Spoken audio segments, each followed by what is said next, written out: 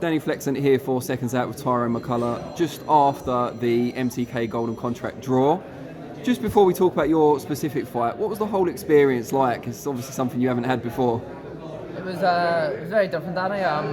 Exciting. Obviously, the nerves were going as well. But looking back, I enjoyed it. It was, like I say, I was nervous at the time, but it was very different. I enjoyed it. Did you know you were going to be wearing shorts for the occasion with your lovely PANDA embossed? PANDA shorts. Yeah, beautiful. I'm sure you'll get some new female fans from that. Maybe it'll be a trendsetter.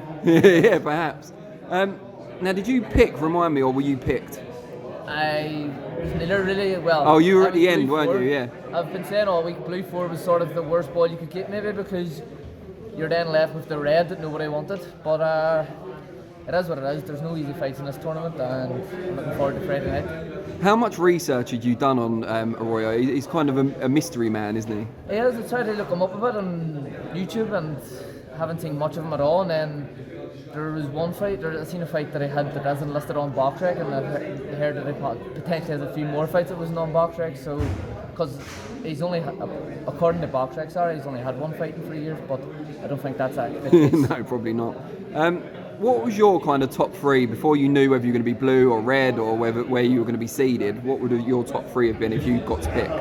To be honest, I didn't really mind. Like I said, there was no easy fights in the competition. Maybe I would have picked the Spaniard, Carlos Ramos, I don't know.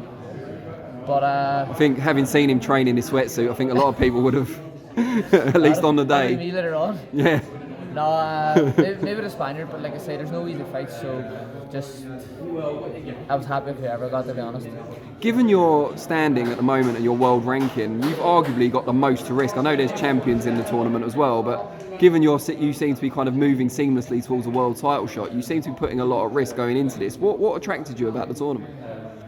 Just the deal at the end, really. You know, it's a massive opportunity to get a contract with the top promoter in the world, a 5-fight deal, 6-figure fights. You know, it's an unbelievable opportunity. And as you say, there is a lot I'm risking because I'm ranked 8th, still in the super bantamweight with the WBO. So I could have took that route and maybe plugged away, bided my time for another year or so and tried to get a world title fight. But I'm not unboxing to take the easy fights, or this is, you know, you're in with the best, you're testing yourself against the best here, so let's do it. Is it nice to have the extra £4 to play with? You don't believe it.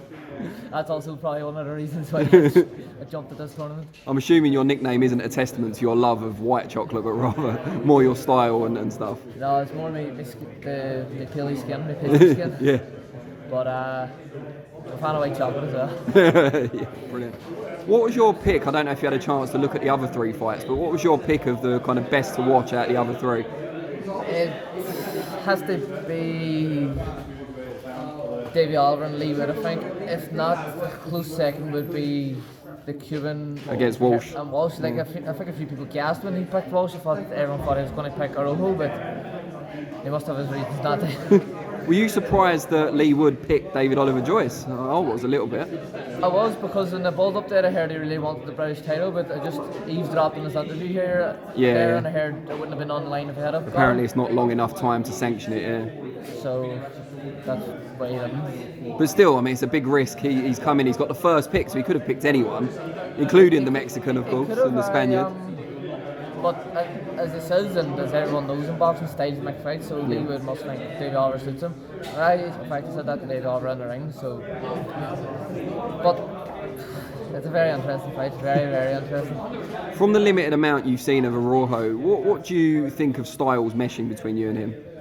I think it's just going to be classic Mexican coming forward, and everyone knows my style. I'm a mover, box moves, so I think he's know what he's going to get on the night.